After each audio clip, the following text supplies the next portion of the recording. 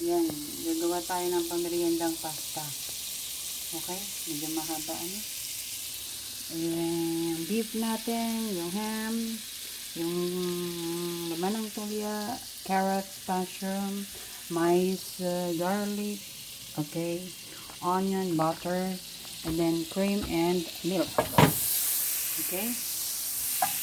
Ayan. Iniinit na natin. Okay?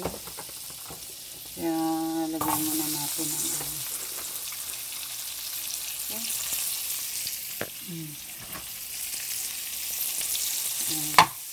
Hindi ka na ng sibuyas.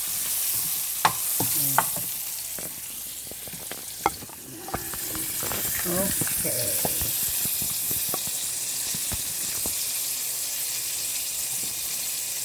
Okay. Ulit.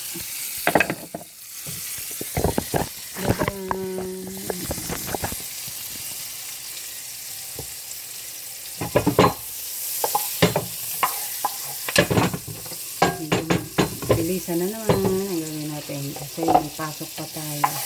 Para tayo kunin na yun. Labango. Tapos lagay ko na yung beef. Beef.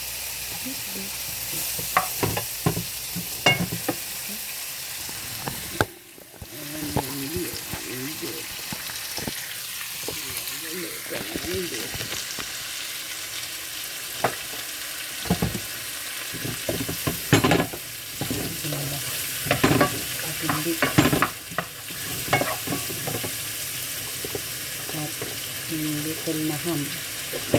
Depende, ewan ko kung paano nila sinusunod-sunod. Depende sa nagluluto. Basta ako, unahin ko yung beef sa luto.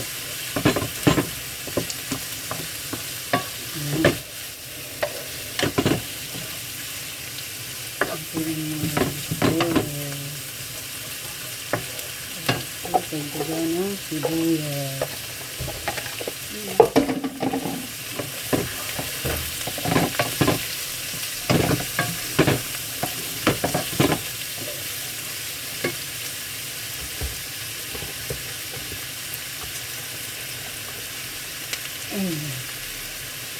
Ilagyan ko na ng cream.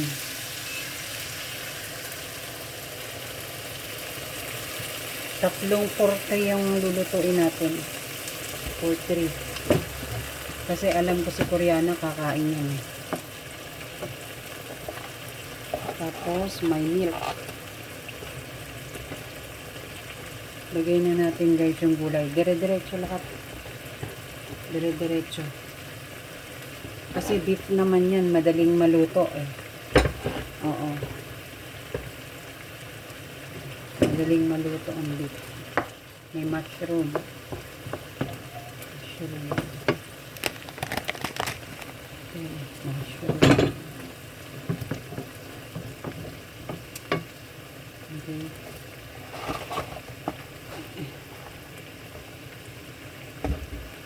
Tinano ko naman. Nagdagdag ako ng konting butter.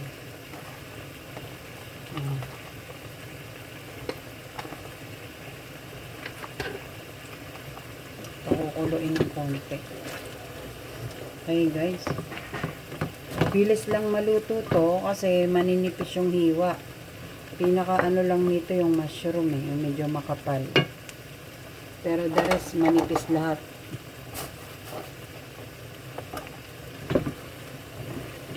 Pagka malambot na yan, so ilalagay natin yung ni-ready kong pasta. So ganun, diretso. Pag malambot na. So yung pasta, good for, so dalawa lang ang gagamitin ko.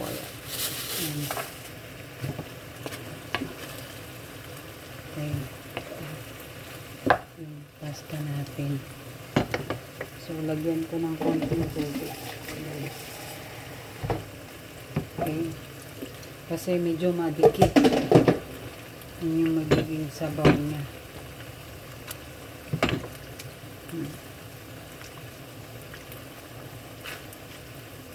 Parang tawag nila rito carbonara. Okay. Yung anak ko mahilig rito, yung lalaki. Carbonara. Oops, tumatalsik pa. Naka-freezer kasi ito, ni-ready ko kanina tumigas.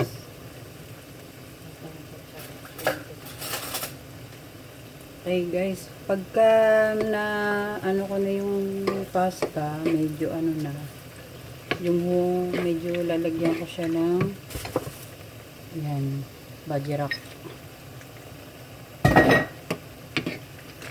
Another seafood and beef ang ano nito guys. Yan, seafood and beef.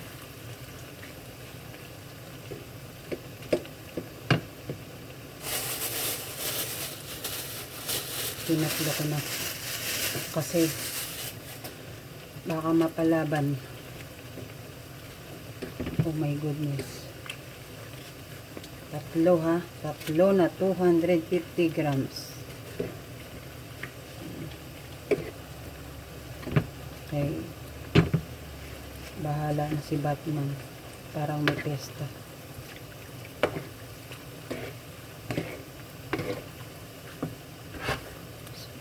Spring onion.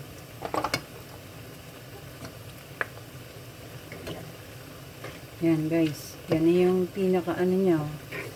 Napakadali. Magdadagdag na lang ako ng milk at cream. Tapos na yan guys. Pag lumabot na yung pasta, tapos na yan, titimpla na lang ng pepper.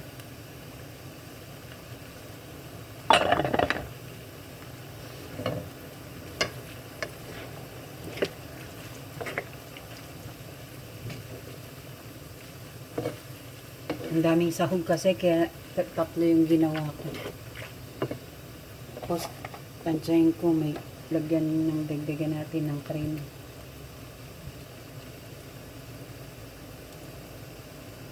Ito guys, freestyle. Depende kung pan-restaurant, may procedure talaga.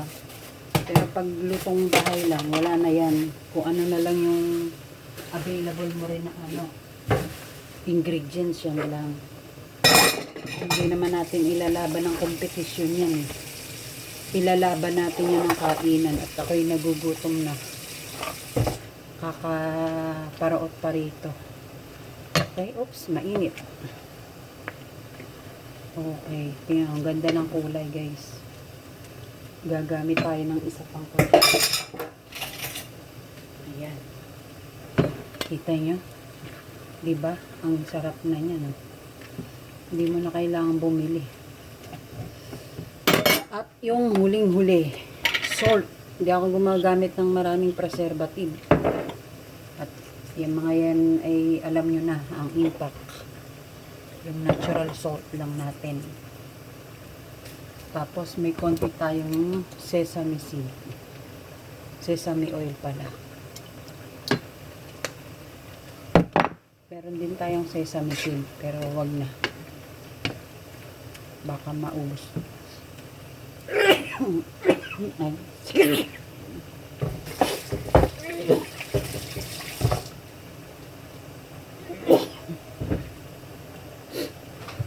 Eto, luto na. Tikman natin. Konti.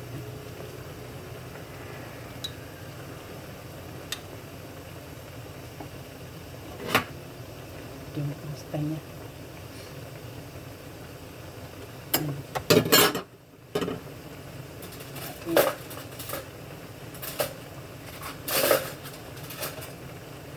Siyempre dapat tikman.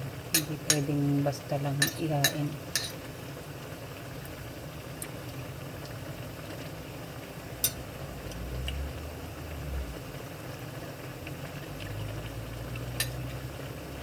Tama na.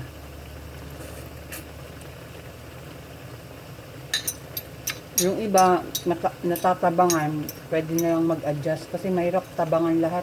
Ay ano yung lahat, alatan.